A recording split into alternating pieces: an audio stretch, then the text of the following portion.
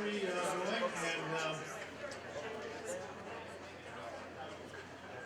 I am John MacDonagh-Dumler. I'm in the Environmental Science and Policy program here at Michigan State University, and welcome you to the session 3 this afternoon, and our special guest speaker for this session. Dr. Phillips Robertson is the Distinguished Professor of Ecosystem Science in the Department of Plant, Social, and Microbial Sciences here at Michigan State University, and also since 1988 has directed the long-term ecological research program in agricultural ecology at the Kellogg Biological Station, which has been funded by the National Science Foundation. So he has a deep, deep experience in this topic. So please join me in welcoming Dr. Robertson.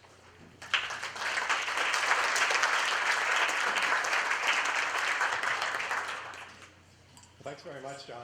I'm honored by the opportunity and a bit humbled by the scope of the symposium title. I debated whether I should say I'm a bit depressed by the scope, especially after Dennis's talk this morning. But I think there are a lot of ways we can approach this, and some very hopeful, as we heard from other talks that succeeded it. Now, I suppose it's fitting that we talk about agriculture after a very filling lunch, although it's perhaps to my disadvantage as a speaker. Maybe we'll keep the lights up as long as we can. No, just kidding. And also that we talk about the sustainability of agriculture in the context of the fate of the earth. As Dennis mentioned this morning, food security is huge, but as huge is food security without trashing the environment. And that's a major issue, of course.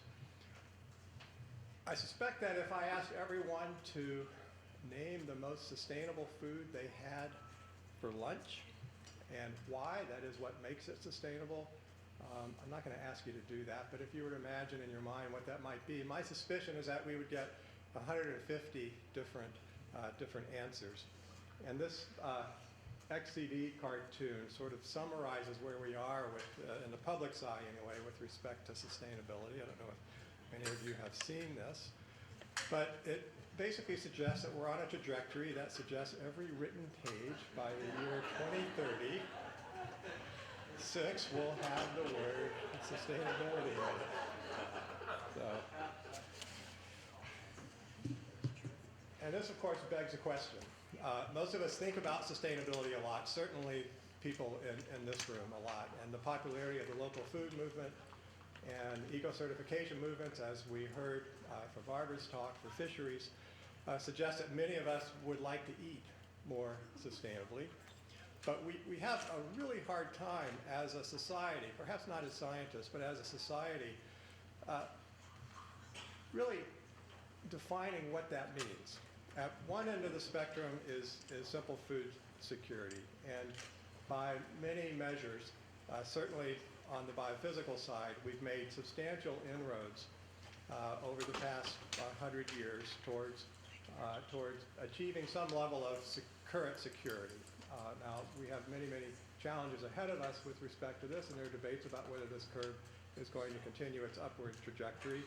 But nevertheless, over the past 100 years, we have effectively enjoyed about a 10-fold increase in corn productivity in the U.S., and this is productivity per hectare, not overall production, and a 2 to 3-fold increase in wheat and soybean production. China will be, is more or less self-sufficient now, or about 90% self-sufficient now for its major grains. And so we've had a lot of success in achieving the food security we have now, although it's not secure for everyone, it's secure for a lot more folks than it was in the recent past. Now, on the other hand, this productivity has come at a pretty substantial environmental cost. Half of this increased productivity is due to genetics, and the other half of the increase is due to agronomic management.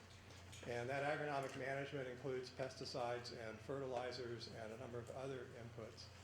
Nitrogen, for example, whereas at the beginning towards the beginning of the century, the last century, we were adding on the order of 10 kilograms of nitrogen per hectare, which is very close to what comes in precipitation, by the way, to, by the 1960s, about 6 times that. And then today we have a national average of around 150 kilograms of nitrogen per hectare. And globally, the trend has been just as strong. We now produce about as much fertilizer nitrogen as is fixed naturally by native ecosystems. And so we've effectively doubled the size of the reactive nitrogen pool in the biosphere, which has some pretty significant environmental effects. So, and we now have a pretty full understanding of the environmental costs of this intensification. And it includes things like phosphorus eutrophication of our inland lakes. Coastal eutrophication, as we heard about this morning, is a big issue in the Gulf of Mexico and worldwide now. Atmospheric nitrous oxide has been increasing pretty steadily, and as I'll show in more detail a little bit later, most of that is due to agriculture and nitrogen fertilizer use. And of course, there's habitat and biodiversity loss. And we have a pretty full understanding of these issues, so much so that we also have a pretty full toolbox of technologies and knowledge that are needed to reduce, avoid, or even reverse some of these harms.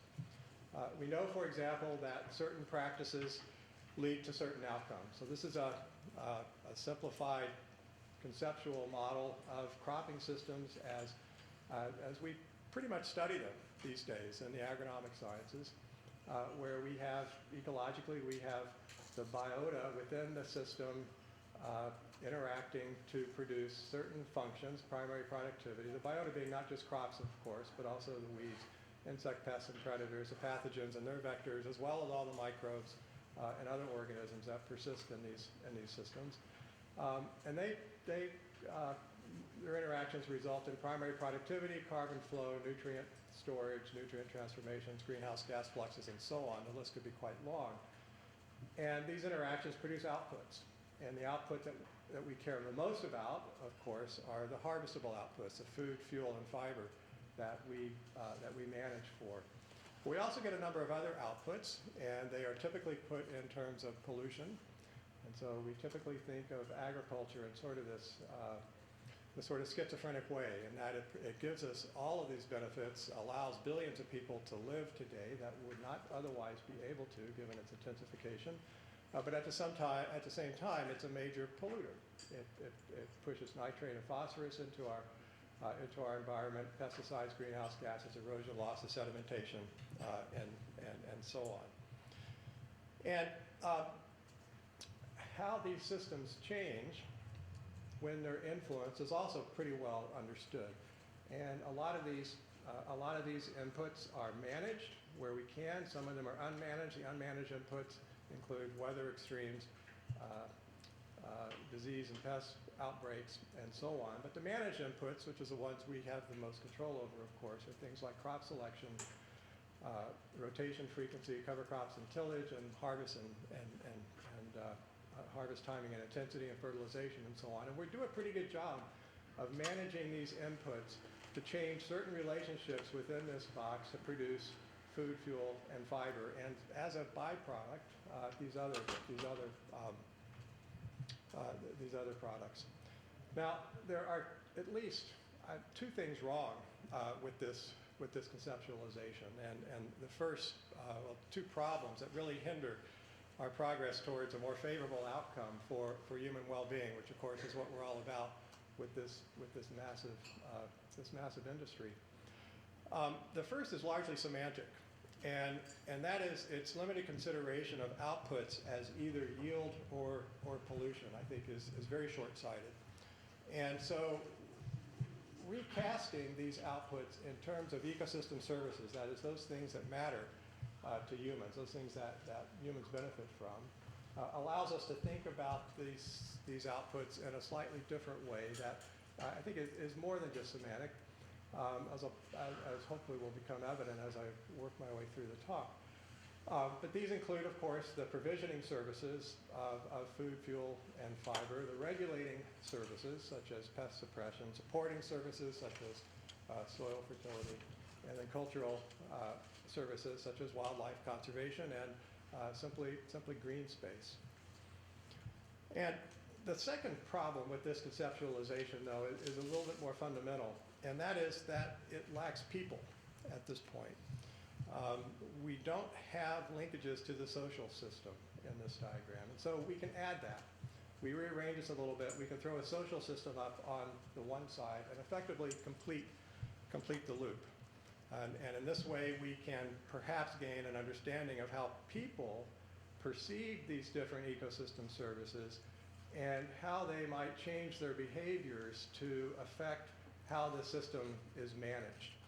And these behaviors include, of course, things like individual behaviors such as consumer choice, as well as collective behaviors such as global market policies and regulations and so on. And these then affect the suite of services that get delivered. And then we have a potential then for a loop, a feedback loop that then allows us to manage this for ecosystem services, better understanding how those services are valued by people and moving away perhaps from some of the strict commodity valuations that we currently use to drive the system. Now, over the past 50 years, we've really gained a remarkable understanding of the biophysical piece of this. And it's really been only in the past few years that we've considered cropping systems as closely coupled natural human systems. Consequently, we really know very little about the couplings between ecosystem services and the social system and how the social system influences management, except at the very local level of why farmers manage in a particular way to get particular outcomes. It's really, I think, hindered our ability to move this discussion forward at this point. And so what I'm hopeful you'll take away from today's talk, apart from the detailed story I'm going to tell in a moment, is the general notion that in order to consider the benefits that agriculture is providing beyond simply food, fuel, and fiber, it's going to be important to do a much better job of bringing the social system into this loop, and then to consider this as a truly coupled natural human system. Now, what I want to do in the next few minutes is focus a bit on some pieces that could be considered solutions. That is, ways in which we can use this sort of model to think about activities or policies, perhaps, that could advance the delivery of services that we care about. I'm going to focus on one service in particular, and that is climate stabilization for a couple of reasons. And to touch on farmers' willingness to deliver that particular service. And then I'm going to put it in the context of a whole suite of services that could be provided by farmers given the right incentives, which are largely lacking today. And this is research, so I'm going to get local and describe a research program that's been in place, as John mentioned, for about 25 years now, the Kellogg Biological Station Long-Term Ecological Research Site, which NSF has funded to pursue long-term fundamental questions in row crop ecosystems. And in 1988, we established a set of systems that ranged from annual grain crops through perennial biomass crops and a set of unmanaged reference communities, as it were, to ask questions related to what extent can biology be used to manage these systems as opposed to our current practice of primarily using chemistry to control these. And so we set up a series of annual cropping systems, and I'm going to describe these in most detail because those are the ones that the results that I'll be describing in the next few slides. that range in management intensity from conventional management, the way the farmers in the region manage their corn, soybean, wheat rotations, a no-till system, which is managed identically to the conventional system, except that there's no tillage. Where those of you who are not familiar with this is rather than tilling the soil before planting, one cuts a strip into the soil and puts the seed into the slit, and then controls weeds, rather than tillage, controls weeds by herbicides. And then a low input system, which gets about 1/3 of the chemistry that the conventional system gets. It also has a legume cover crop, which provides a lot of the nitrogen that would otherwise be provided by the fertilizer that we would be applying to the conventional system.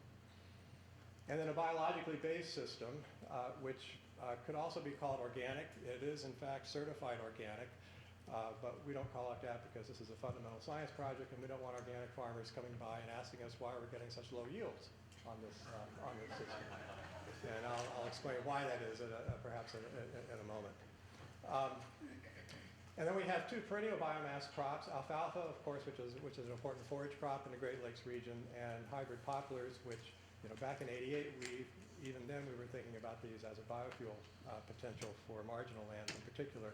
And then a series of unmanaged communities at different stages of ecological succession that is abandoned from agriculture either fairly recently or, in the case of the late successional forest, so I can get rid of that. In the case of the late successional forest, never put into agriculture in the first place.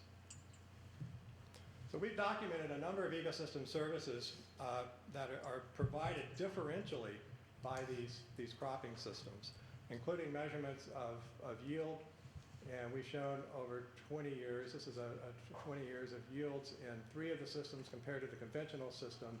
The yields in the no-till are slightly higher for all 3 crop phases than they are in the conventional. The reduced input, which gets 1/3 of the inputs plus the cover crops, also has yields equivalent to the conventional system except for wheat during years when it's a bit challenged. And the organic system gets, or I should say the biologically based system gets the same yields only during soybean years, and soybeans are nitrogen fixers, and so that suggests that nitrogen is a problem here. And in fact, when we fertilize, we can get the yields up higher. Organic farmers, by the way, don't like this because they usually do use nitrogen inputs in the form of compost and manure. And so we quickly learn to avoid talking about organic systems with those groups in any case. So we've also got nitrate loss is another ecosystem service that these systems differ in their delivery of. So the conventional system delivers around 60 kilograms of nitrogen per hectare to the groundwater, as compared to the biologically based and reduced input systems, which leach about 1/3 of that, and the alfalfa leaches a lot. The perennial systems leach very, very little for a variety of reasons that I'm happy to address later. Drainage is also, we can consider drainage groundwater recharge as another ecosystem service that these systems deliver differently. And there are a lot of other services as well that I'll come back to some of them towards the end of the talk when I attempt to synthesize how these might be used together to think about ecosystem service delivery. But what I'm going to focus on here primarily is climate stabilization. And this is the potential for row crop systems to mitigate climate change, not just to abate greenhouse gases that they produce, but actually to provide net mitigation.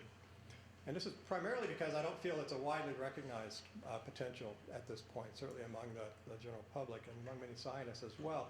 And it's partly because it seems especially pertinent with the release of the IPCC report this week. And then thirdly, I think it's just plain interesting. So a couple of facts. Everyone here is familiar with the CO2 increase through time. You're probably also familiar with the methane increase through geologic time. You might not be quite as familiar with the increase in nitrous oxide at the 3rd major biogenic greenhouse gas.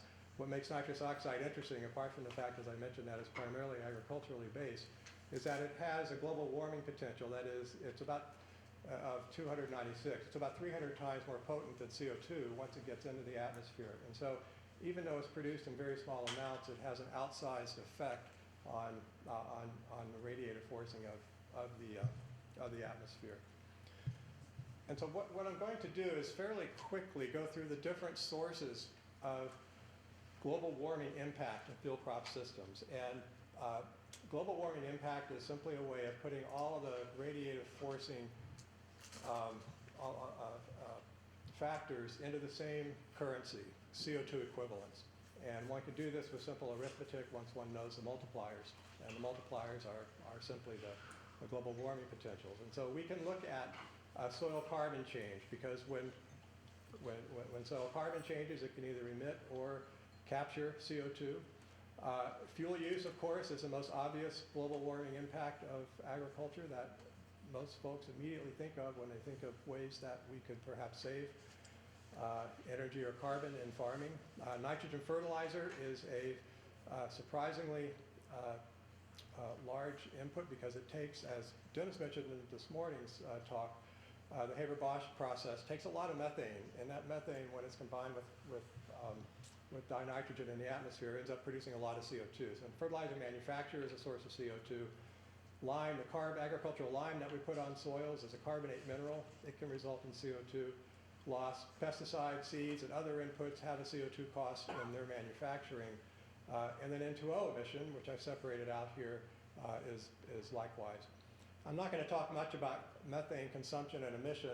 It's not particularly important in field crops. It can be very important in agriculture. Methane is responsible for about a third of the methane emissions globally, but not in field crop agriculture. It's mainly animal agriculture. So let me talk first about soil sequestration, or soil, the potential for soils to capture carbon. And the basis for that is largely the fact that soils lost carbon on cultivation. So when one converts a native ecosystem, a forest or a grassland, to agricultural production, one does that with a plow typically, and the vegetation that one removes, if it's trees or grass, is then oxidized, is then decomposes over the next few years, and that carbon ends up in the atmosphere. But perhaps more importantly, certainly as importantly, the soil carbon that's in the system is also being oxidized. This is the soil organic matter, the stuff that you pick up and you know immediately whether a soil is fertile based on its color and its smell. That stuff disappears as well at a pretty rapid rate. In North America and most temperate systems, we lose about 40 to 60% of the organic carbon over 40 to 60 years. It's kind of a rule of thumb. A little bit faster in tropical systems. It does equilibrate, thankfully, at about 40 to 60%. So we don't go down to zero, as was feared by agronomists who first started noting this 50 or 60 years ago. And globally, around 54 petagrams have been emitted into the atmosphere. And to put that in context, we emit somewhere around 4.5, 4.6 petagrams of carbon. The atmosphere is storing about 4.5, 4.6 these days. And so if we can think about recovering this 54 petagrams of carbon, putting it back into the soil, there is a potential for having a significant, not a massive or major impact, but a significant impact if we can figure out a way to keep it there. So how does one restore soil carbon? And typically soil carbon in Michigan is down around the concentrations in the soil are about a third of what they were pre-conversion.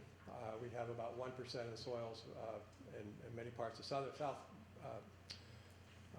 southern Michigan, for example, and 3% in the forests that are unconverted.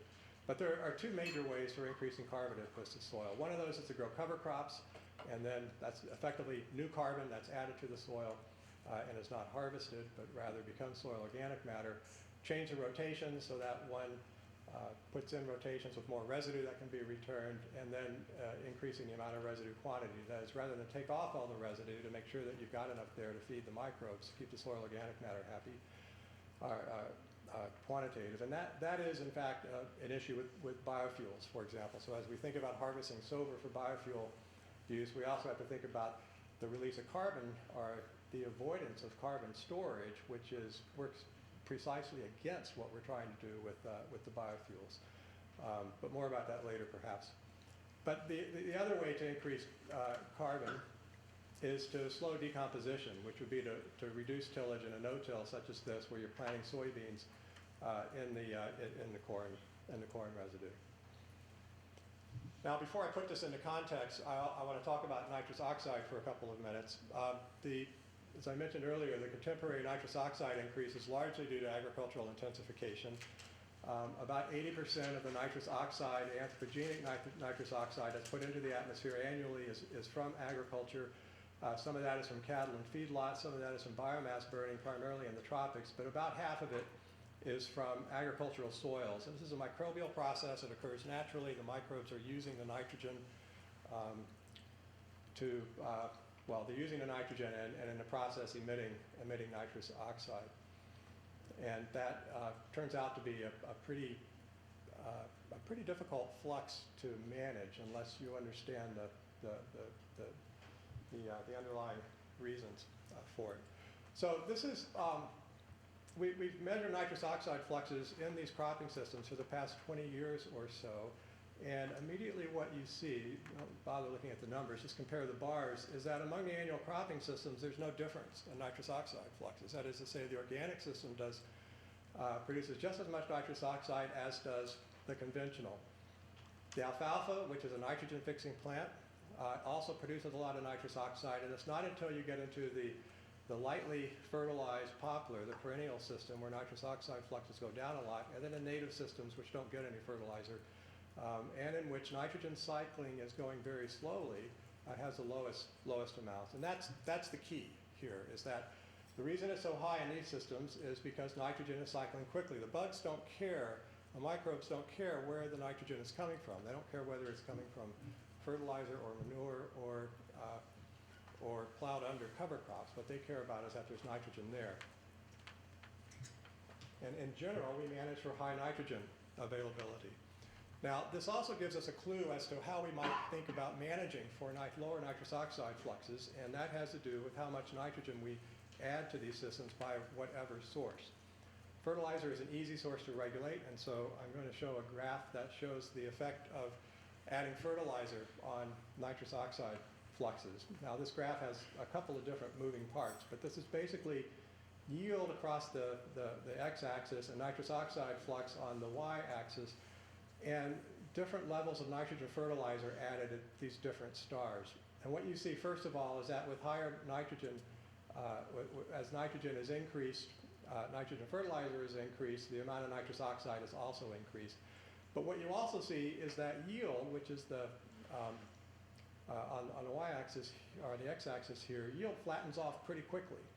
And so yield flattens off in this particular example at around 101 kilograms of nitrogen that's added as fertilizer. So any additional nitrogen that's added is effectively feeding the microbes instead of feeding the plants. We can think about this in terms of plant microbe competition for the nitrate that's there. The implications is that we can manage the fertilizer more precisely for no change in yield, but a substantial change in the amount of nitrous oxide that could be produced.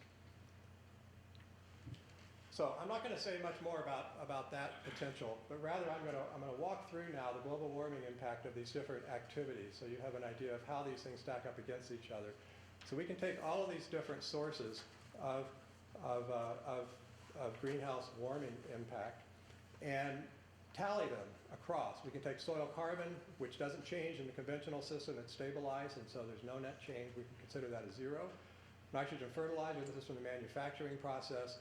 Fuel, that number of passes that it takes to go across the field burns diesel. Other inputs, these are the seeds and other fertilizers like potassium and phosphorus. The nitrous oxide flux, which came from the previous slide. Methane, I said I wouldn't talk much about because it's pretty insignificant, but we get a total net footprint, carbon footprint, of this field crop system at the farm gate, actually at the field gate, of 101 units. The no-till system, if you look at the far right, has a net mitigating impact, -14, and as you follow this across, it's clear it's because it's sequestering carbon. Now, in fact, it will only sequester carbon so long as it's kept unplowed, so periodic tilling will likely remove this. But no-till, at least in the long-term permanent no-till, will result in a pretty substantial carbon accumulation. Surprisingly to us, the biologically based system accumulated carbon even more so. This is the effect of cover crops only, not no-till, because these systems are not no-tilled. These systems, in fact, are tilled more intensively than a conventional system because that's what we use for weed control. And then we can just look at the successional communities and show that with the early successional system where there are no inputs and soil carbon is accumulating even faster, it's effectively no-till, plus has the diversity that the cover crops provide, is accumulating carbon at a pretty massive rate, although it tapers off through succession as you would expect because soils can only hold so much carbon. Unfortunately, we can't eat this system, and so it's probably not likely that we'll be able to get cropping systems with mitigation to this effect, but nevertheless, if we think about biofuels and growing successional vegetation on marginal lands, that's a real possibility. So this is the net effect, which, as you can see, has some pretty substantial potential for managing these systems differently. Now, these are not managed specifically for cool climates, for climate mitigation. These are managed as they would be otherwise under these different regimes. And so what this graph really shows is that there are a lot of different practices that can be combined to provide synergies to allow this mitigation to effectively take place. Now, if we were to harvest the early successional system for biofuels, and we were to put those biofuels on the landscape in places that are not now used to grow food, we have a real potential for, perhaps, for climate mitigation by fossil fuel avoidance. And just one point to make on this slide, and that is, well, 2 points really. One is that we can add a fossil fuel offset credit to all of these systems if all of the biomass were converted, in this case to ethanol. This does not include indirect land use change, and so it's a lot overstated with respect to the conventional grain systems. But for the successional systems, it's not. So we could have a successional system. If we were also to harvest this for biofuel use, then we might double its global warming impact to somewhere around -800 rather than -400. And we did an analysis of this last year where we showed that simulating this productivity across 10 states in the Midwest could result in a fairly substantial amount of biofuel production and around, this number won't mean much to you, but around 44 teragrams of CO2 equivalent saved per year. And I'll just leave it to say that that's fairly significant. It does suggest too that we could meet around 25% of the legislated mandate for cellulosic biofuels in 2022. And that comes with no carbon debt and no indirect land use costs, and best of all, no food fuel competition, which is I think as we heard earlier, is one of the challenges for meeting biofuel energy in the future. So here's a list of the ecosystem services that are available now that we've documented, and some that I'm sure there could be others added. Yield, clean abundant water, improved fertility, greenhouse gas mitigation, not simply abatement. Biodiversity benefits, which I didn't talk about. We've learned that these systems can be managed, especially at the landscape level, for pest and disease suppression, for pollination, and for wildlife conservation.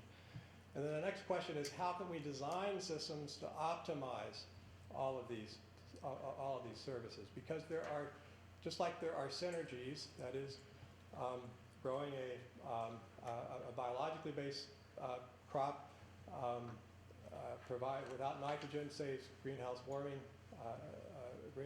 impact, but at the same time, it also provides a habitat for biocontrol. There are trade-offs, and in that case, the obvious one is yield, right?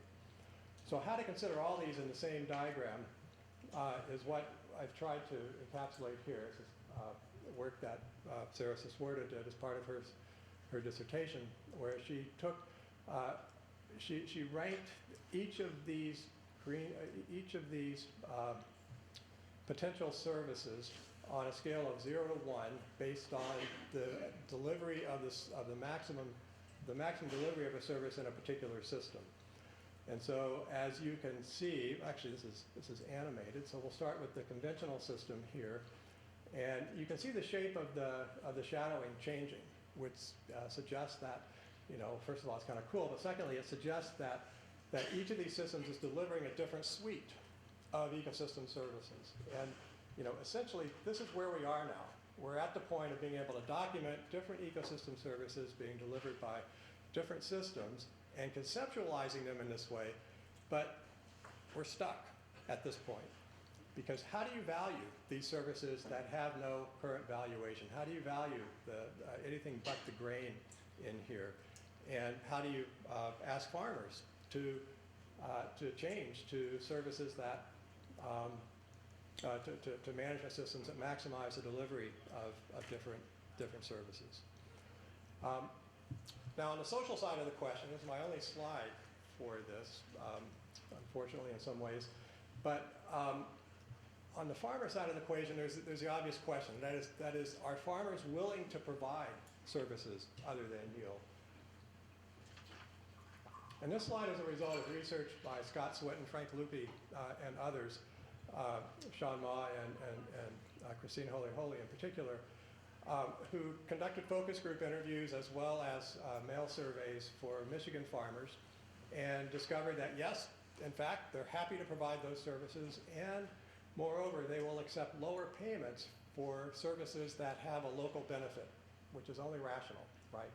So more soil organic matter, which sequesters carbon, they'll take very little, that's considered to be a value to me, to the homestead, because it increases soil fertility, and they'll take relatively little payment to change their tillage practices to conserve soil carbon. Likewise, they consider nitrate a pollutant of their drinking water, and so it doesn't take a whole lot of motivation to get them to reduce nitrate. On the other hand, moving up to global warming, that's society's problem. They don't see that as their problem necessarily, and so it would take a lot of incentive to get them to reduce nitrous oxide production, for example, which is one reason we have concentrated on developing carbon credit protocols for nitrous oxide abatement.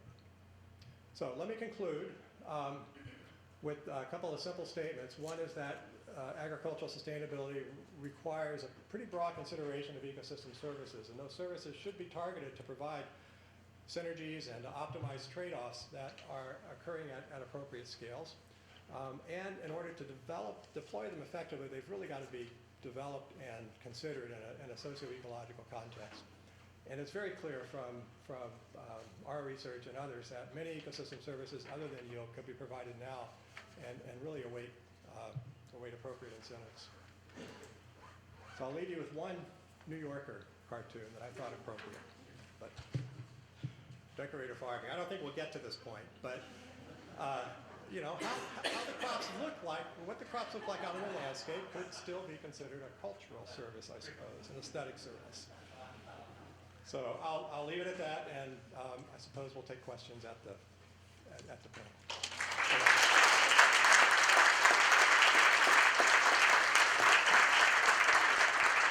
Thank you, Dr. Robertson, and I would like to invite our two discussants to join us at the table, please.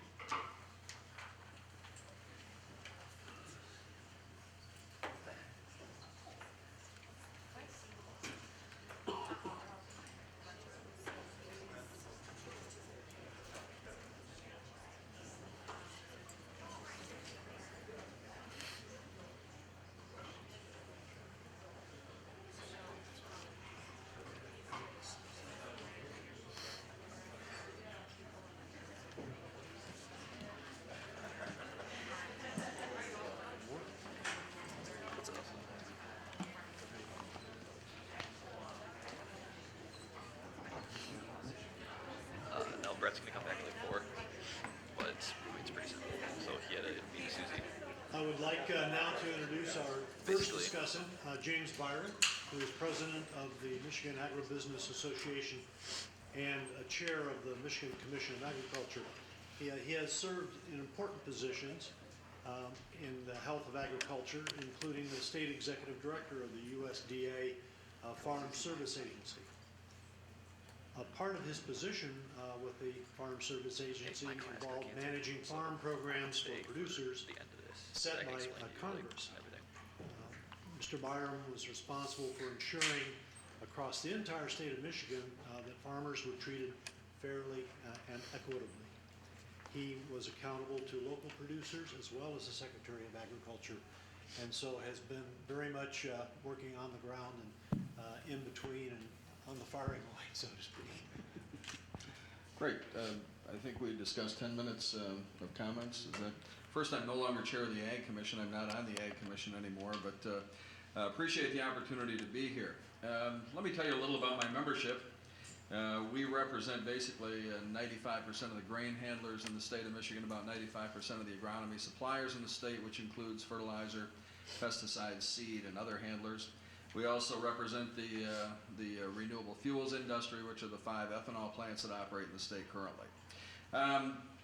Let me give you a little flavor of where we're at today, and I appreciated Phil's comments in his presentation. I've kind of broken my comments down into 3 sectors: technology, economics, and climate change. From a technology standpoint, I think it's important to recognize that agriculture is not a static industry.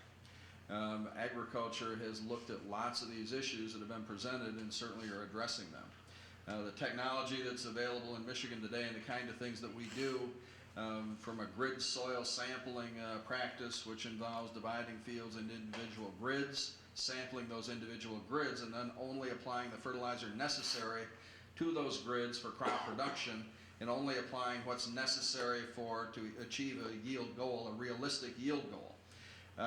That grid soil sampling and variable rate fertilizer application, I would add and point out proudly, we have a higher percentage of Michigan farmland that is enrolled or participates in those kind of programs, a higher percentage of our cropland in Michigan as compared to any other state in the Midwest. And that's due to a couple, 2 or 3 factors. One is that we produce a lot of specialty crops. Second, that we have producers that tend to be pretty innovative and creative. And third, we're not an I state. And when I say that, sorry Pepke to pick on Illinois, but when we talk about I states, Illinois and Iowa produce corn and soybeans.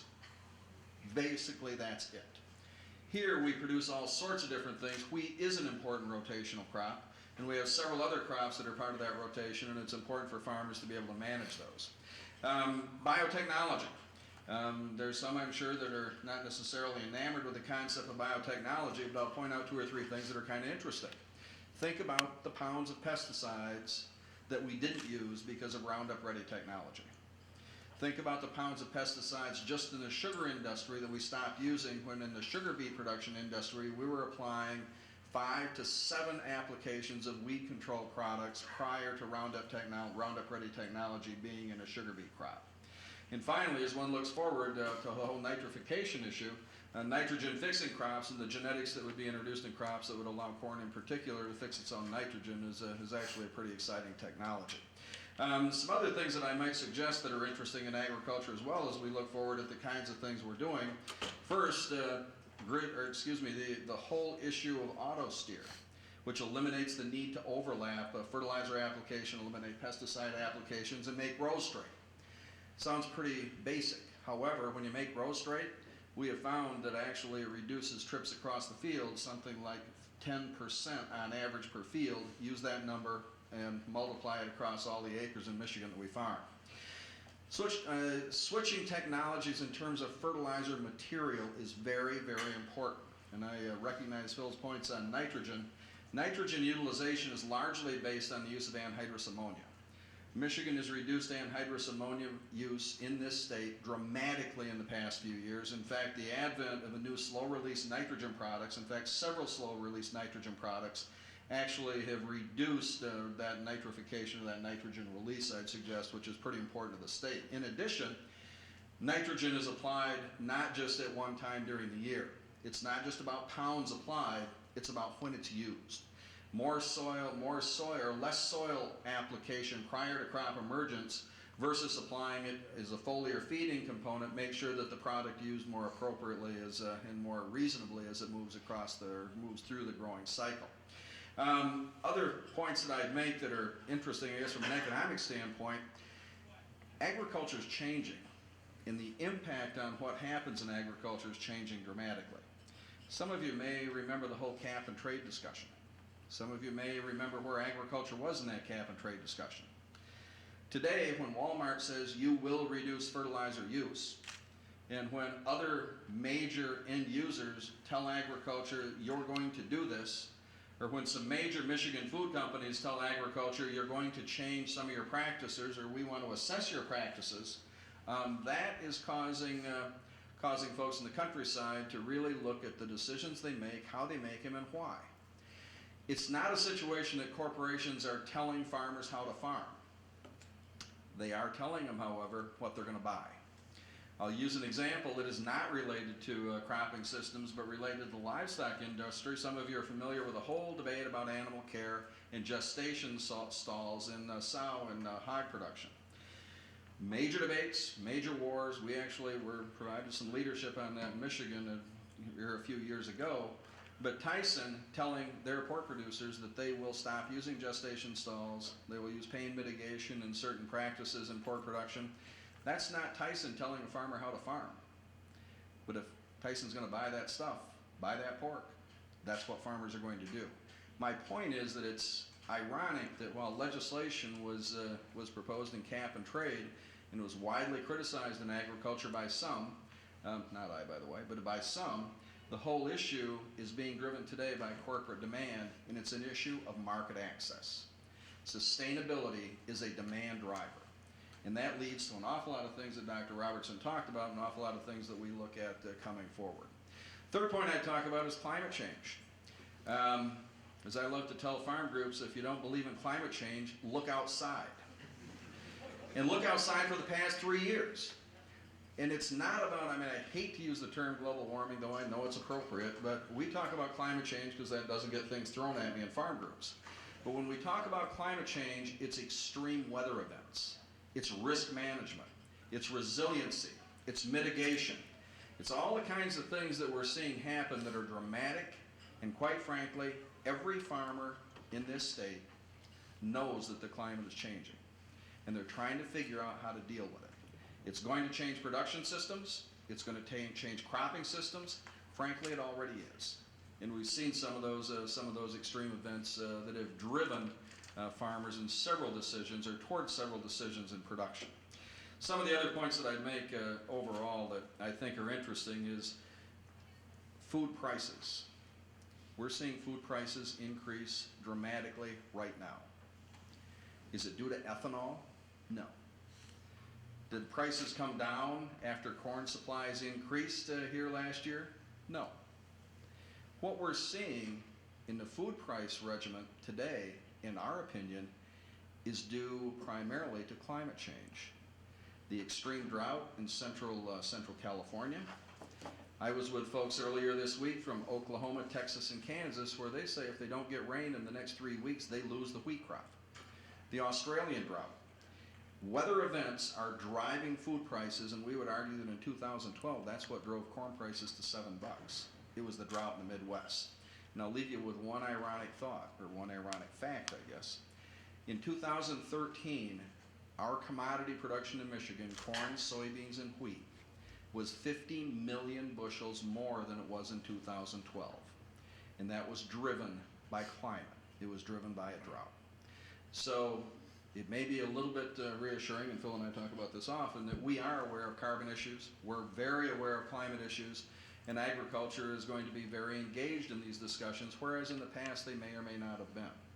And those leading farmers, those folks that are out there on the cutting edge, are looking at these issues every single day. Thank you.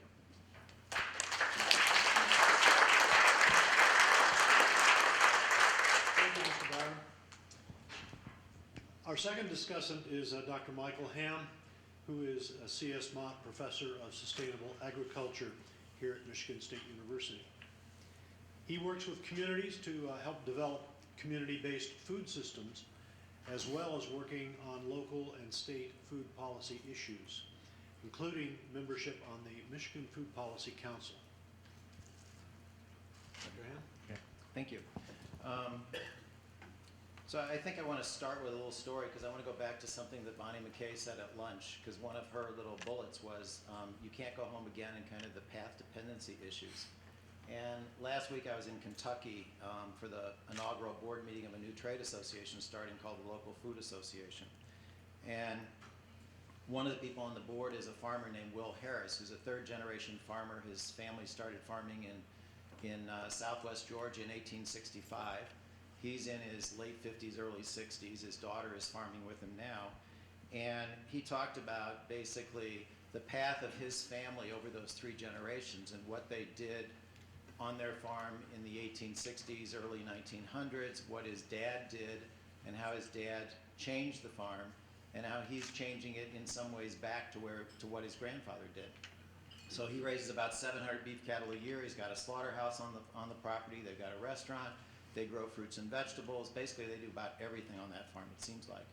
And he said, my dad moved to intensification and commodification, and I've moved away from it, and moved away from grain and back to pasture, and moved to on-farm processing, and I employ more people, and I develop my own markets and do a lot of these different things.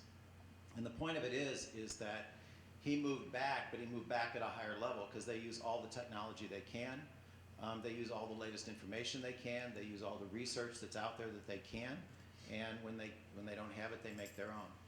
So the point of that is that, as Jim said, farming is always changing. And I think probably in the last 20 or 30 years, we've seen more change than in a lot of other time periods, not so much in the pace of change, but in the diversity of change. And there's just been people moving in a lot of different directions for a period of time now and developing all kinds of different systems to do things. And I think that, frankly, that's what we should be encouraging. Because we don't know, with climate change and all of the extreme uncertainties of weather that allows for and creates, and this winter in Michigan, those of you who are Michiganders know exactly what the winter we just are hopefully coming out of. I have a bet with my daughter of when the last pile of snow is going to melt. And I hope I win. But, so there's all kinds of challenges that come out, and what we don't know is what is the path to sustainability, what is the path to greatest resiliency, and one of the ways that we go about identifying that is by maintaining multiple options. And one of the things that I appreciate about the work at the LTER for the last 25 years is identification of different pathways. I mean, those different systems, in fact, provide different ranges of ecosystem services. And I think one of the challenges in our society today that I think we're pretty poor at is when we look at government at various layers, whenever somebody in government wants to control something, it belongs at that layer of government. When they don't, it's a local issue. So at the federal level, if somebody wants to control something, it's a federal issue. If not, it's a state issue. At the state level, if they want to control it, it's a state issue. If they don't, it's a local municipal issue. And that seems to be the way we go about doing things these days. And the challenge with that is, I think, in farming is that, and in our agricultural system and our food system is that we tend to think of these things as individual farm issues or individual crop issues. One example I'll give you is that I was just appointed recently as a special advisor to a subcommittee of the Dietary Guidelines for Americans Committee. And if you go to dietaryguidelines.gov on the comments, there's a lot of fascinating comments there on sustainability. Because that committee is starting to look at how do we relate the issues of sustainability in our food system to the dietary guidelines that we promote across America. And when you read those, and those are publicly available, when you read those, what you see is that almost everybody talks about sustainability within the vacuum of their own commodity, of their own particular issue, whether it's seafood, whether it's beef, whether it's chicken, whether it's corn, whatever it is. And talk about the trend of sustainability within their own thing over the last 30, 40, 50 years or more. And what that has to do with the sustainability and resilience of our food system is a little bit unclear. And so I think one of the challenges for us as we move forward is to have a really vigorous, and certainly it will be in some cases a violent conversation, but a very serious and very vigorous conversation about the mix of our agricultural system, about the relationship of individual property rights to high slope areas and erosions into waterways and dead zones in the delta and things like that, and how that relates to generating a healthy, affordable food supply for 9 billion people in the world. I'm starting to get involved in some international work, and one of the things that I hear more and more in the international food work is this whole nutrition transition. And as people develop, they start to adopt Western dietary patterns. And my argument with that is that that's not an infinite process. The world cannot adopt a U.S. dietary pattern. There's not enough land, there's not enough water, there's not enough productivity in the world to do that unless we start making meat in test tubes. But unless we start doing that, which is of course a possibility, it's not going to happen.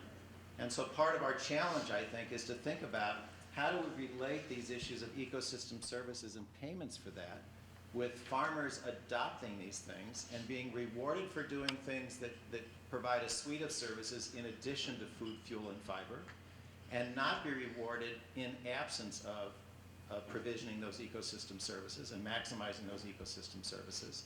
And how do we have a conversation about whether or not 8 million acres in Michigan and 34 million acres in Iowa, in that case corn and soybeans, is the right mix for the landscape? And to what extent should that landscape be modified? And produce corn and wheat and soybeans where it's appropriate in ways that maximize the ecosystem services while optimizing the productivity, and take other pieces of land out of production and do other things and maximize the carbon sequestration and still use that, whether it's for biofuel or for animal production or whatever it might be. So I think that extending this conversation beyond the level of the field is an absolute necessity, and I think in the guise of a wicked problem, it's probably one of the most difficult conversations to have, and probably one of the most important ones if we think of a healthy food supply as a national security issue for us, and the ability to produce a domestic food supply in the midst of global trade as being part of that national security mix that we need to think about as our population adds another 100 million people over the next 30 or 40 years. I'll stop. Thank you, Dr. Hamm.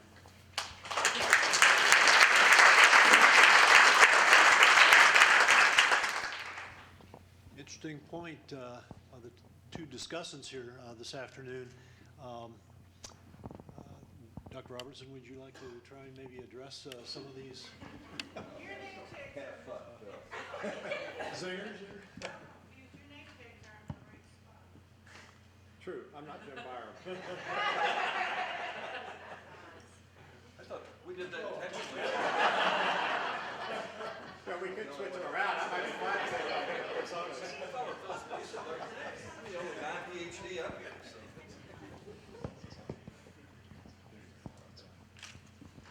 No, I think that both Jim and Mike make some excellent points that really build on what I was trying to say. And of course, a lot of the work that we're doing and a lot of the work that I described, the results I described, are at the field gate, basically, at this point. And scaling these issues is going to be a huge challenge. And scaling them to the farm, which has been done and done successfully. USDA has a major effort called Comet Farm, which is allowing us to think about some of these issues, at least some of the greenhouse gas issues at the farm scale rather than just the field scale.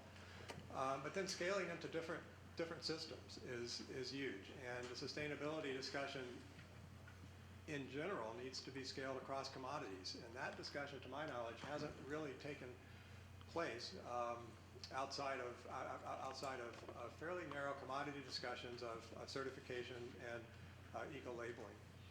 I think Jim is right, certainly in my experience, but Jim has much more, a much deeper understanding of this, and I'm very heartened to have him say that farmers are engaged. I think that's certainly my observation. They're engaged, they're interested, in part because they see things happening that they would like to have more control over, but also in general, you'll never meet a farmer who doesn't consider themselves a good steward. They live on the land, they understand that their livelihood comes from that, but of course there are different definitions of stewardship in the same way that there are different definitions of sustainability. And understanding the different components that go into stewardship is crucial.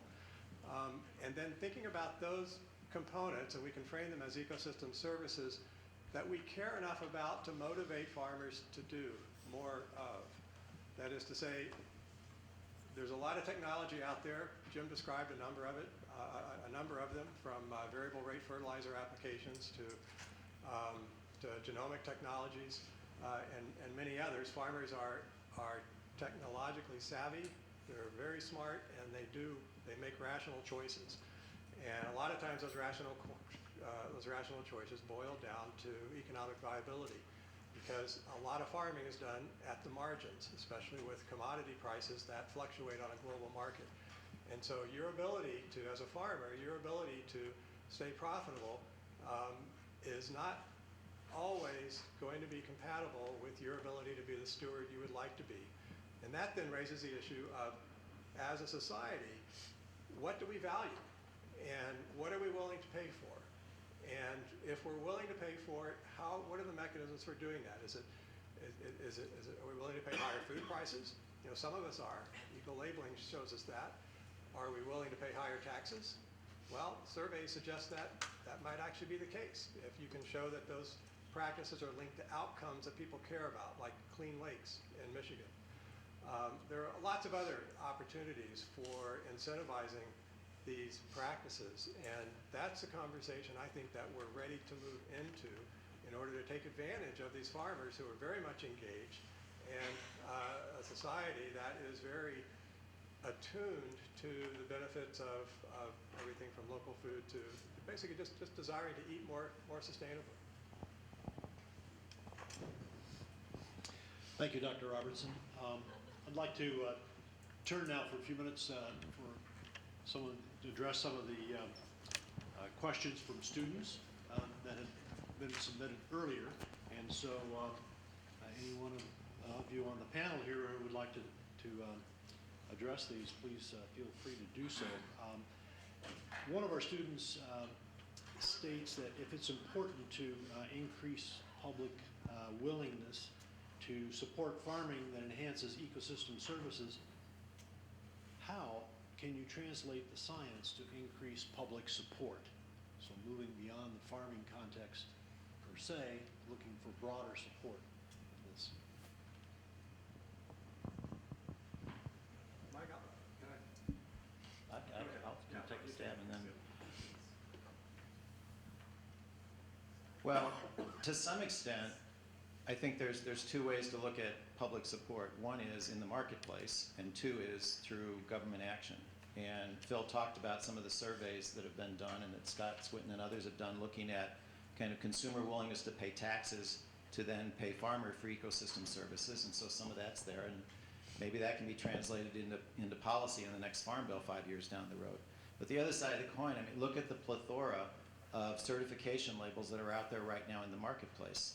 And look at, Jim talked about when Walmart says something, everybody jumps. Well, Walmart is saying something because consumer groups and or environmental groups and or any other kind of group had decided that the smartest way to get at a system that they see as necessary to change is to go to the choke points.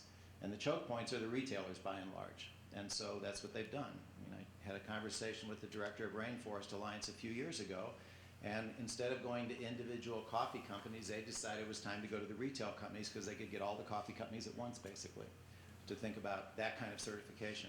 So to a certain extent, people are speaking in the marketplace now by purchasing different types of certified products in various ways, shapes, or forms. Or they're going and buying things at particular marketplaces that they know have those products on the shelves. And I think that's going to continue. Now, there's an element of that that is based on economic strata and who has the money to buy and who doesn't have the money to buy. But there are surveys out there basically say that almost all stratas of our society are spending some of their money on some of these products. Now, we can talk back and forth, and I'm sure Jim and I could have a vigorous argument or discussion about this, about whether people really know what those labels say. And I would have to agree that most people don't know what all those labels say. But they mean something to them, and they're willing to vote in the marketplace with their dollars to get those products. Whether they're buying it for the reason for which the product was certified or not is kind of irrelevant in this case. So to that extent, I think that there are two ways to do it. We can accelerate it in the marketplace, and we can do it through public policy and think about how do we on a societal level support some of these services through taxes.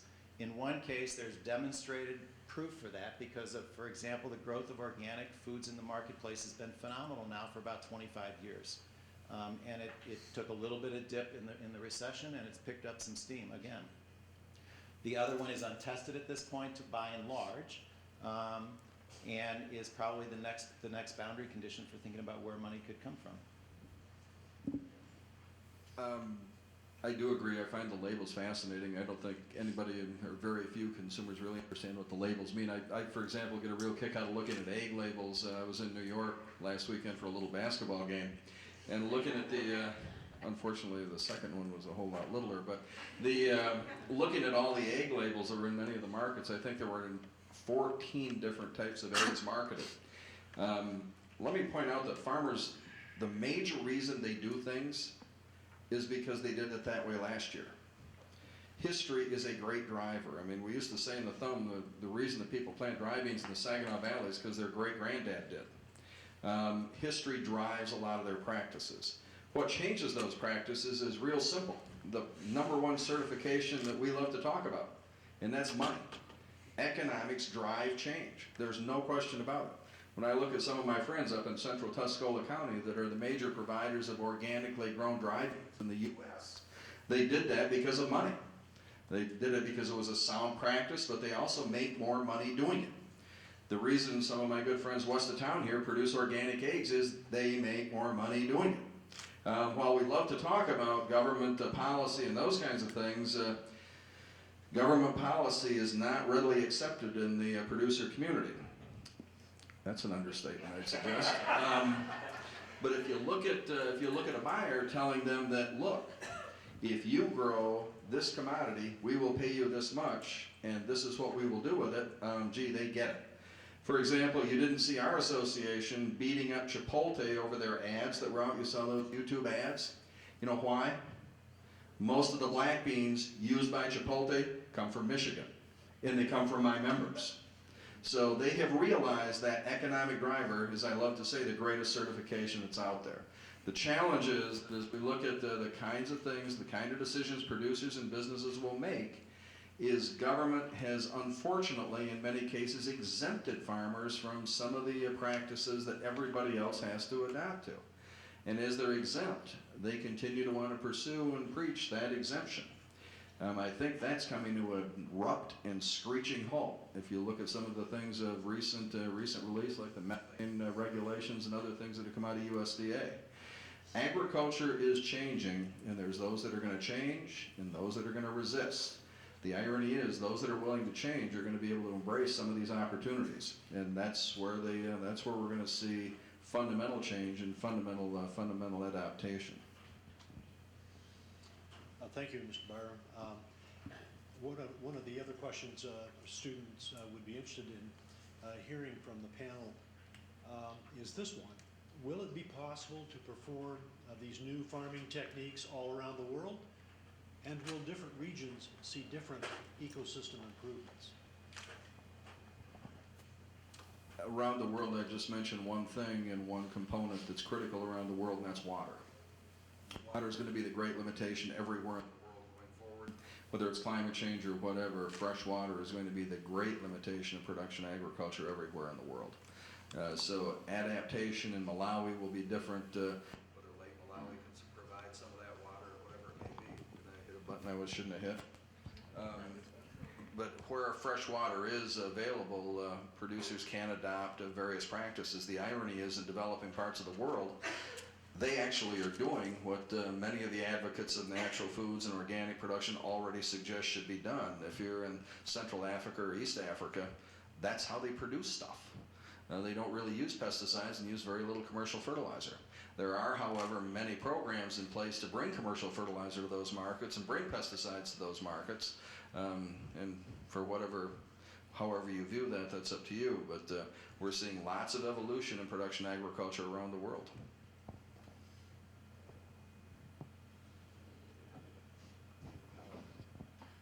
I think to the extent that the incentives are globalized, we'll see the delivery of these services at a global level. We've seen that, now with specialty crops in Kenya, for example, with the pepper production, which is eco-certified for sale in Europe. They're grown in a particular manner, and that's certified by the group that is interested in that. So. Well, thank you again. And now I would like to open it up to the audience, and if any of you would like to ask questions of the panel.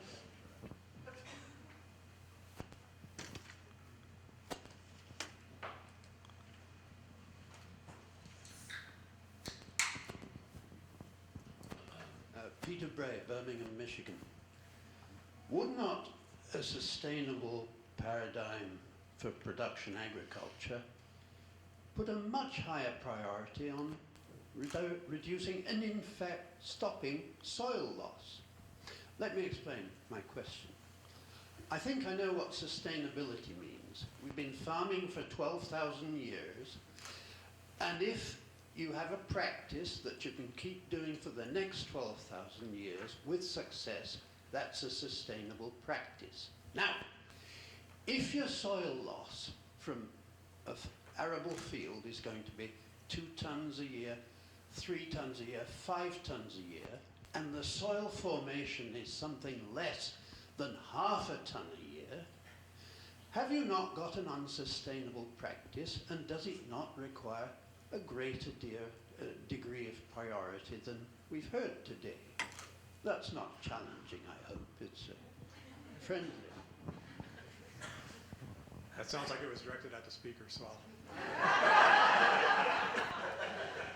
No, there are, in fact, a number of environmental issues and problems that I didn't identify here. I mean, there's a whole issue of the pesticides in the food chain and getting into waterways and so on that are as big. And certainly soil loss driven by erosion is a huge issue, especially in particular locations. You know, in central Iowa and in other places in the Midwest where we've been blessed with thick, lush soils, we've been at liberty to largely ignore soil loss, but for its effects on reservoirs and sedimentation rates. The fact that we have 40 feet of good soil beneath us, beneath those systems, allows farmers to think about different things. Around here, we have less, our soils are less deep, and so we tend to think of it in perhaps more conservative ways, and there certainly are practices that will attenuate soil loss, whether they're cover crops or particular kinds of tillage systems. Conservation tillage has been adopted at a very rapid rate across the U.S. over the past 15 years. No-till is a small percentage of that, but you won't find many moldboard plows in Michigan these days as a result.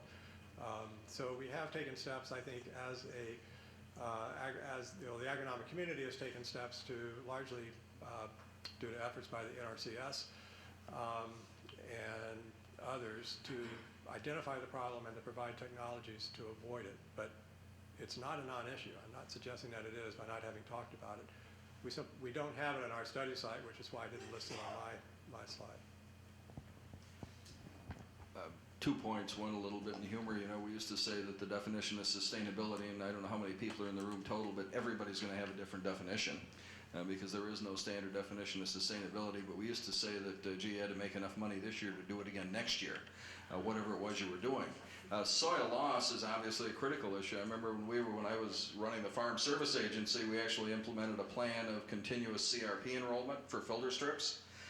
We did it, and at the time I did it, I was chastised by DC because that wasn't something that we were supposed to do, or 200-foot wide or 100-foot wide filter strips in CRP. It had to be a whole field. Well, continuous enrollment of filter strips is practice now, general practice. Everybody does it, and they think it's the greatest thing since sliced bread. It's those kinds of things that we've done in Michigan where we have some of those hills and valleys that are important to maintain soil in place. We don't have that 40-foot soil depth that they have in those I states. But if you go down to the Gulf of Mexico, there's a lot of Illinois and Iowa farmland down there. And folks are starting to pay a little bit of attention to it. However, the challenge is many traditional historic practices in some of the breadbasket of the U.S., the major Midwestern states, till in the fall, fertilize in the fall, anhydrous ammonia in the fall, and plant in the spring. And when you look at those practices, when we talk about sustainability, none of them are either. There's a whole lot of things we ought to be talking about changing.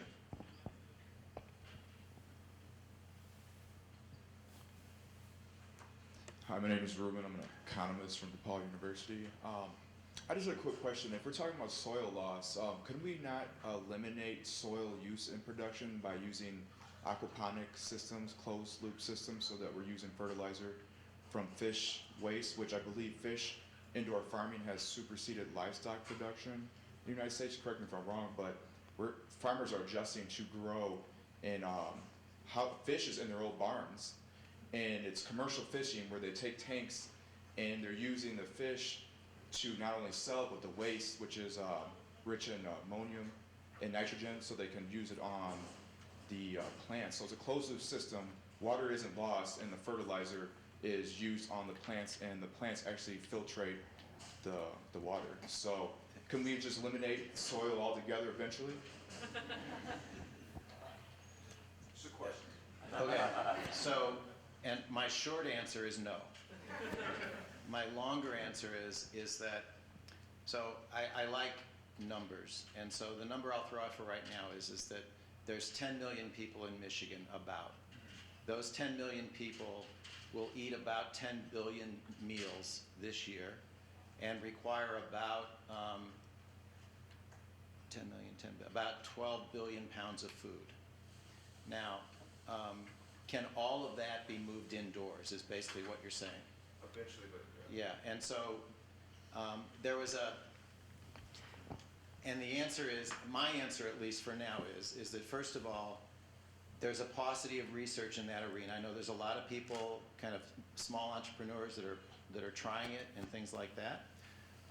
And some of them seem to be being successful. Some of them probably, if it weren't for really cheap energy and subsidies, they probably wouldn't be. And a part of that is because when you move systems indoors, what you've done basically is eliminate the use of the sun to drive the photosynthesis for your system.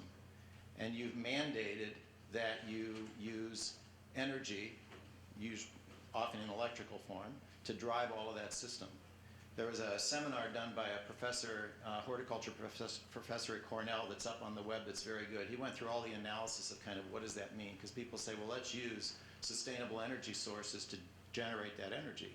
And his point is that if you have 1 acre of indoor production of greens, it takes about 9 acres of photovoltaics to generate that energy, which you can do, but then the opportunity cost of what that 9 acres of photovoltaics could be used for, instead of producing food, and move the food outdoors and use the sun to generate it.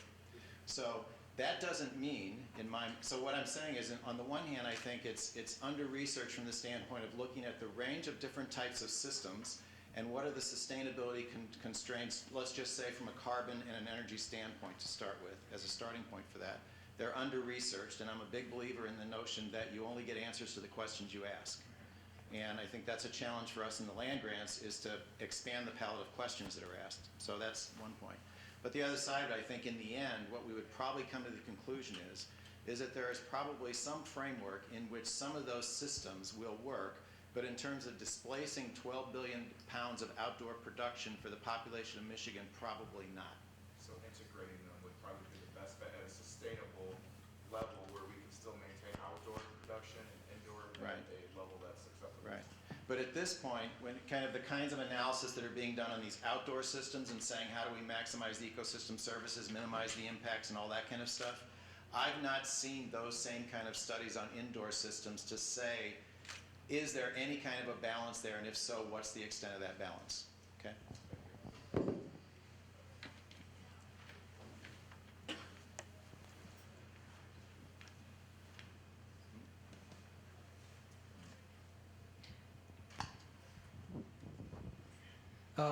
My question is kind of inspired by Dr. Robertson's early comment about including the social system and figuring this out. And my worldview at the moment is that we have two global human crises, one being climate change and ecological destabilization.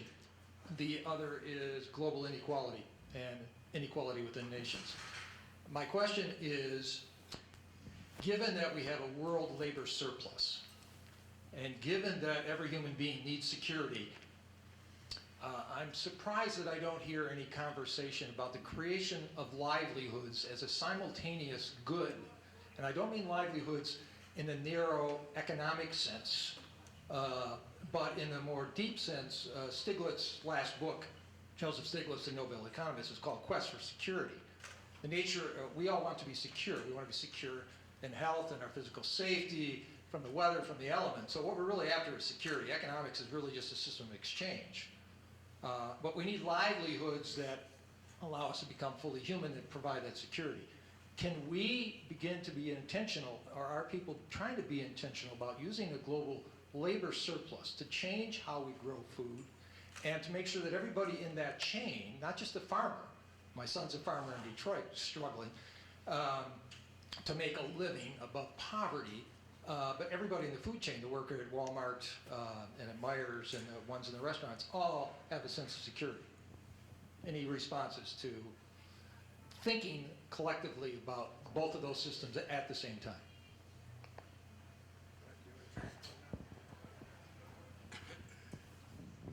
My comment is going to be that there are others in the audience much more qualified than I to answer this.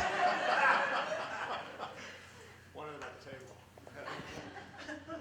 Jim, you just punted that one. So, Terry, I don't disagree with you at all. And we have those conversations a lot over in our center, and how do we think about food justice and within the supply chain and all that. And one of the, for those of you not familiar with the Michigan Good Food Charter, one of the 6 pieces of frameworks of that is that farmers can supply 20% of the food for the state of Michigan and pay profitably and pay fair wages, to couple profitability for farmer and wages for other workers on those farms. The punt part of this is that's a much bigger issue than the food system. It's an issue of our social structure, it's an issue of our tax policy, it's an issue of a whole host of things. And you know, for me, as kind of a background in human nutrition, the starting point for that for me is do we in fact feel it important as a society to ensure a healthy diet on a daily basis for all Americans, or do we not? Right now, I would argue that we do not. And you know, I think that's something that needs to change. But when we move across the world and we move domestically, that is absolutely a simultaneous discussion. The issue of environmental and economic sustainability and the issue of livelihood and social sustainability are 2 interlinked things. But I also do think that that is not an issue that can be solved just, let's say, inside the food and agricultural system. But I think that it is an issue that needs to be addressed inside there. You're absolutely correct. The livelihood discussion is interesting, and Mike and Phil are far better to deal with that than I am, but I find it interesting, the discussion in an era of overproduction and food surplus, and we have malnutrition and starvation. And it's all about logistics and being able to move commodities between, or move food between markets. Logistics tend not to be sufficient to be able to address some of those opportunities, which goes to the fact that a producer in Kenya may not be able to get his production to a marketplace where it could be consumed. So while it's a great societal objective, there's huge infrastructure issues that unfortunately eliminate or certainly challenge some of those opportunities. The other major issue, of course, is capital, because everything is driven by investment and buying seed or buying whatever, and capital resources in many underdeveloped countries, as we all know, are limited.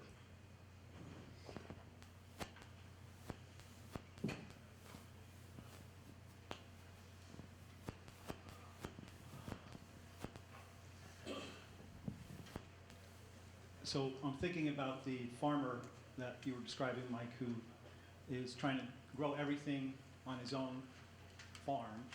And I'm thinking about there's logic in that to try to diversify against risk. And I'm thinking about the climate change issue in terms of this increasing that risk. And then I'm also thinking about, you know, this farmer essentially in his own farm, but outside of him is this thing we call the commons, which is everything else. So are there new models for cooperatives that are evolving in this climate? I mean, is every farmer still in his own bunker, essentially?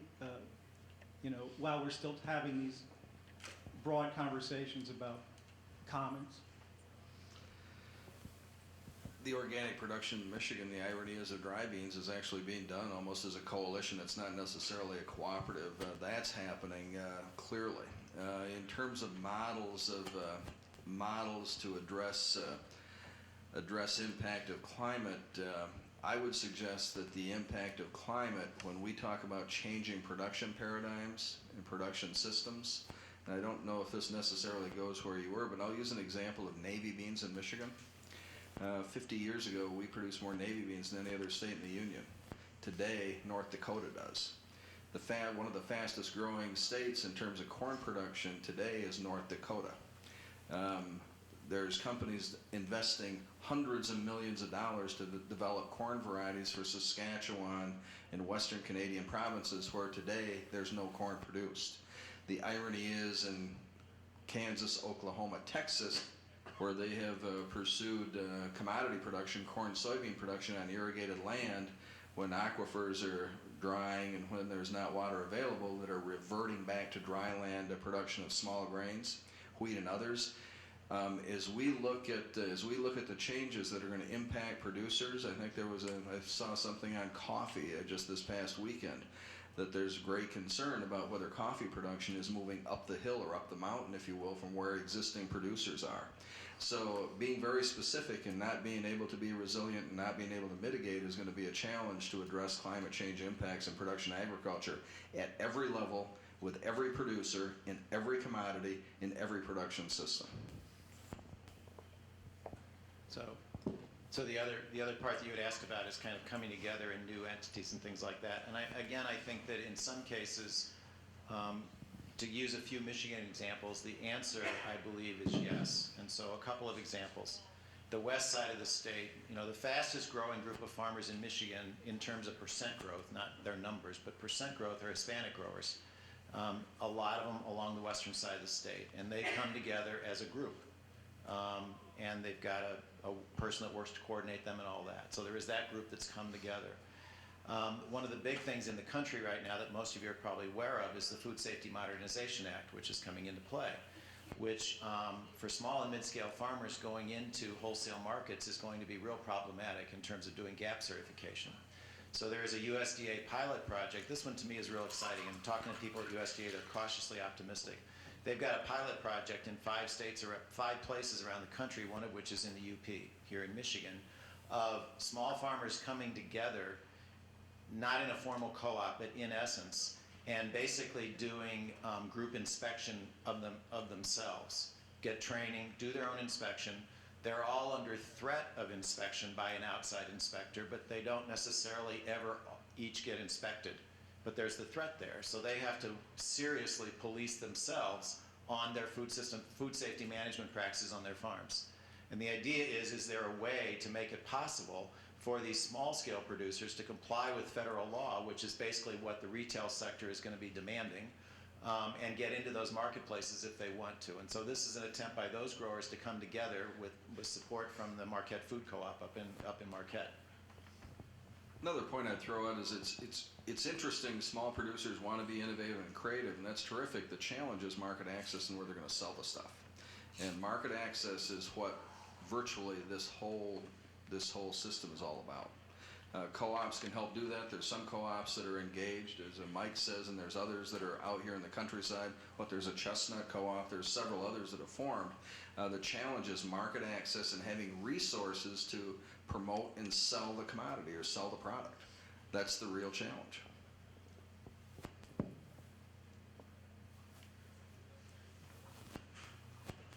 I had another question. Catherine Motique, I'm from East Lansing. When we talked about climate change earlier, we were talking about coal producers having such a huge impact in power, even lobbying and things like that. How is our big corporate agriculture, China owns our biggest pork factory, Monsanto, etc. How will that impact the movement that we're trying to incorporate sustainable practices into our communities with agriculture? Thank you. The power generation question. let me first say that 99.9% of farms in the state of Michigan are family-owned farms. There may be some really big family farms, so it's important to recognize that family farms out here in the countryside in the state of Michigan recognize that Michigan has the highest utility rates of any state in the Midwest. And we have that because we're a coal-dominated state. We haven't converted to natural gas. We haven't looked at real aggressive alternative renewables. Certainly the wind farms up in the thumb are there, and they're doing what they do. The challenge that we have is other renewables haven't come online as aggressively as we'd like to see, like methane digesters deal with the methane problem by using it on dairy farms and elsewhere as an energy generation opportunity. Solar. There's an awful lot of roof space around the state that we don't do a whole lot with, and we need to embrace solar a whole lot more than we do. Agriculture in total, whether it's the large companies, the small companies, whoever, wants more affordable utilities and more reliable utilities. One of the biggest impediments we have to growing the industry today is access to utilities, and that's both three-phase power, single-phase power, and natural gas. In fact, if you look at the thumb in Saginaw Valley, the thumb of Michigan, Huron County is tapped out. We can't do any more. You can't really access any more natural gas capacity because the line isn't big enough to move any more natural gas up there. Everybody wants to see more utility, more renewables, I think, at least in the agricultural sector, because that means, renewable energy is rural development in the nutshell. I have a comment and a question for Phil. I like the way you presented the trade-offs issue with the spiderweb diagrams, and I think it would be interesting if to back up a level, and instead of all the points being the components of the climate change discussion that you had with us, you went to things at a higher level like water quality, air quality, greenhouse gases, and some of the larger pieces. And we've known for years that there are trade-offs that we face in dealing with the nexus of agriculture and the environment. If we try to go for protecting water quality, sometimes we have a negative impact on air. Or we knew that no-till was great for Lake Erie, but now we find out that no-till is not so great for Lake Erie. So my question is, what do you think about the preparedness of agricultural science in general and the nexus between agricultural and environmental science to be able to take the large-scale, broad systems view that's going to enable us to the best extent we can capture and understand those trade-offs and try to deal with them? Yeah, so I think this is largely an aggregation issue. It is to say, what ecosystem services or environmental benefits do you bundle in a particular package that provides a way to assess that against other potential bundles, and then to develop trade-off curves, or as I like to think of it, synergy curves as well, which of course is a well-developed practice in the ecosystem services literature at this point. And being able to do that and define the appropriate bundles, the appropriate components to the appropriate bundles, I think will be the next key step. I mean, is it simply putting water quality as a spoke on one of those wheels? There are a lot of pieces to water quality. Are we talking phosphorus? Are we talking sediment load? Are we talking nitrate? Are we talking pesticides? And so for a lot of things, of course, the devil's in the details. And I don't think I would want to concentrate on one very positive piece of that water quality signal without knowing the other pieces that are being sacrificed or improved, because that's where we get at unexpected surprises and eventually come to environmental regret. So. Well, why don't you, if you would please, join me in thanking the panel for a very interesting.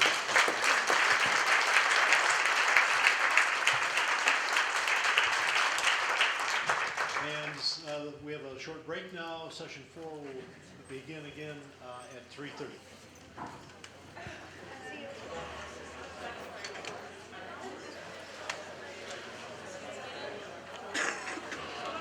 All right. So it's pretty simple.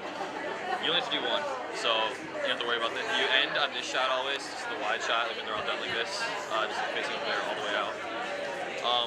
What happens is they're gonna be like, someone's gonna come up and start talking. Like say, all right, let's everyone like sit down. We're gonna start the next speaker, and so you get going on him like a medium shot, and then it'll introduce the person. The person will come up. You can just leave it up on the podium up there. you have to go over to the wall. See behind that like light there? There's like a little touchscreen light box. You like, it's like it's a light switch, but it's like touchscreen, and it's under that flashpoint light. In that back corner there. You just go there. Little weird air, like metal. Yeah, yeah. Under that, against the wall, is the light switch. The two on the left side on the touchscreen, you turn those off when the guy starts talking, because you have to. When the intro guy. After like the real speaker comes up, after he introduces the guy, like little blah is going to speak, and the guy goes All up. right, wait. So stay on this shot. So when he starts, and then when the guy starts like introducing the guy, go into like